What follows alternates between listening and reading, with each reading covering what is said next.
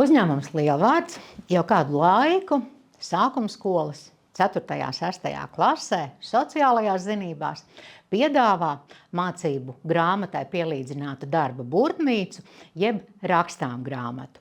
Mūsuprāt, tas ir labākais un vecumposmam atbilstošākais formāts, kādā mācīties sociālās zinības, aktīvi to darīt un vienlaikus mērķtiecīgi nostiprināt tekstpratību, jeb, vienkāršāk sakot, mācīties lasīt. Par mūsu rakstām grāmatām esam saņēmuši gana daudz labu atsauksmi, un visbiežāk tās ir tādas. Ir labi, saturs mums patīk, bet kurš tad grāmatā raksta? Un ir lūgums, vai nevarētu grāmatu piedāvāt tradicionālā formātā. Tātad visticamākais satura sadalīt.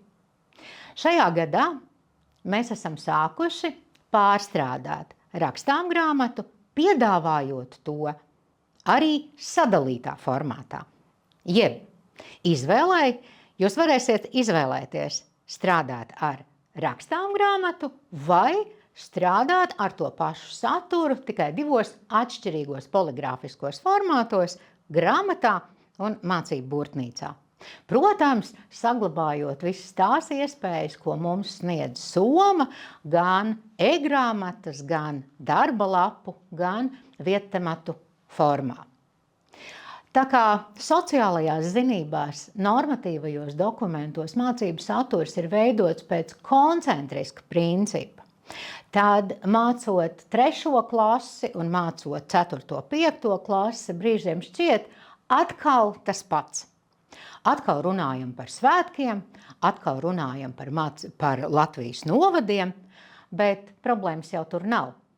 Saturs tematiski ir līdzīgs, bet skolēnu zināšanas un prasmes padziļinās, informācija paplašinās atbilstoši skolēnu lasīt prasmei un domāšanas un vispārināšanas iespējām.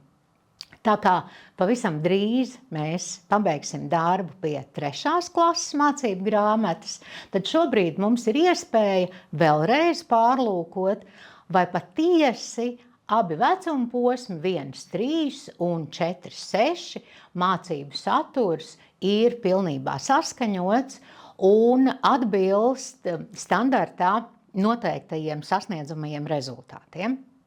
Veidojot dalīto rakstām grāmatu, jeb mācību grāmatu un mācību burtnīcu, izmantosim esošo saturu, aktualizējot tās situācijas un vietas, kas ar laika nobīdi jau ir mainījušās, piemēram, Brāļu Dukuru vietā skolēniem piedāvāsim uzdevumus par kādiem šodien populārākiem sportistiem vai citām personībām, kuras skolēni varēs atpazīt.